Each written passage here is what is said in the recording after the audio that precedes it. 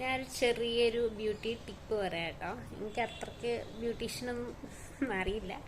എന്നാലും നമ്മുടെ lip liner ഇല്ലെങ്കിൽ ഉള്ളൊരു ഇതാണ്, ഒരു ഡാർക്ക് ലിപ്സ്റ്റിക് ഷെയ്ഡ് വെച്ചിട്ട് നമ്മൾ ലിപ്പിൻ്റെ ബോർഡർ ഒന്ന് എഴുതി കൊടുക്കുക. എന്നിട്ട് ഒരു ലൈറ്റ് ഷെയ്ഡ് വെച്ചിട്ട് അകത്ത് എഴുതി കൊടുക്കുക. എന്നിട്ട് രണ്ടും ചെറുതായിട്ടൊന്ന് മെർജ് ചെയ്യുക. അപ്പോൾ ഭയങ്കര രസമായിട്ടിരിക്കും. നമ്മൾ ലിപ്പ് ലൈനറൊക്കെ ഇട്ട് എഴുതി ലിപ്സ്റ്റിക് ഇട്ട പോലെ ഇരിക്കും. കണ്ട നല്ല ഭംഗിയില്ലേ? അത് നല്ലൊരു പെർഫെക്ഷനോട് കൂടി ഇരിക്കും. ഇൻ കേസ് നമ്മൾ ലിപ്പ് ലൈനർ ഇല്ലെങ്കിൽ ഡാർക്ക് ലിപ്സ്റ്റിക് ഇട്ട് ഔട്ടർ കൊടുക്കുക, അകത്ത് കുറച്ച് ലൈറ്റ് ഷെയ്ഡ് വെച്ച് കൊടുക്കുക. അതിന് ശേഷം രണ്ടും കൂടി ചെറുതായിട്ടൊന്ന് മെർജ് ചെയ്ത് കൊടുക്കുക. അപ്പോഴാ ഒരു ഒറിജിനാലിറ്റി ഇട്ടതുള്ളൂ. കണ്ട എൻ്റെ ഭയങ്കര ന്യൂഡായിട്ടുള്ളൊരു ഷെയ്ഡാണ് ഞാൻ അകത്ത് കൊടുത്ത്.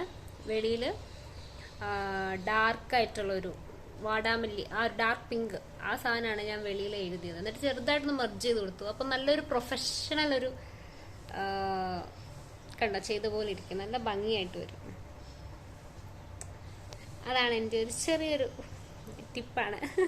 ഇതൊക്കെ എല്ലാവർക്കും അറിയുന്നതായിരിക്കും. പക്ഷെ എന്നെപ്പോലെ ആരെങ്കിലും ബിഗിനേഴ്സൊക്കെ ഉണ്ടെങ്കിൽ, എനിക്ക് മേക്കപ്പ് ചെയ്യാൻ ഭയങ്കര ഇഷ്ടമാണ്. പക്ഷെ എനിക്ക് എപ്പോഴും ഒരു പേടിയാണ്, നമുക്കറിയാത്തതാണ് നമ്മൾ ചെയ്ത് എന്തെങ്കിലും കുളമാക്കുമോ.